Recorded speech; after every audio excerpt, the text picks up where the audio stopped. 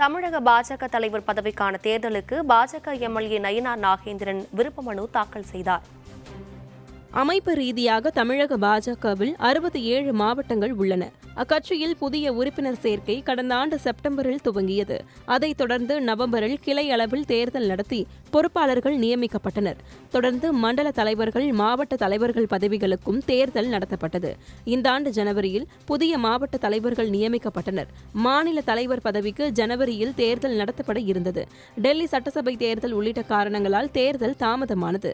இந்நிலையில் மாநில தலைவர் பதவிக்கான தேர்தல் நாளை நடக்கிறது. போட்டியிட விருப்பம் உள்ளவர்கள் மாநில தலைமை அலுவலகத்தில் சமர்ப்பிக்கலாம் என அறிவிக்கப்பட்டு இருந்தது. இந்நிலையில் இன்று தமிழக பாஜக தலைவர் பதவிக்கான தேர்தலுக்கு பாஜக எம்எல்ஏ நயினார் நாகேந்திரன் மட்டும் விருப்ப மனு தாக்கல் செய்தார். நயினார் நாகேந்திரன் விருப்ப மனுவில் அண்ணாமலை, பொன் ராதாகிருஷ்ணன், ஹெச் ராஜா, வானதி சீனிவாசன், கனக சபாபதி, வி.பி. துரைசாமி, பொன் பாலகணபதி உள்ளிட்டோர் பரிந்துரை செய்து கையெழுத்திட்டனர்.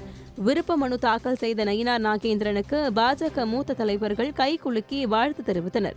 இந்நிலையில் போட்டியின்றி நயினார் நாகேந்திரன் பாஜக மாநில தலைவராக உள்ளார் என தகவல் வெளியாகியுள்ளது.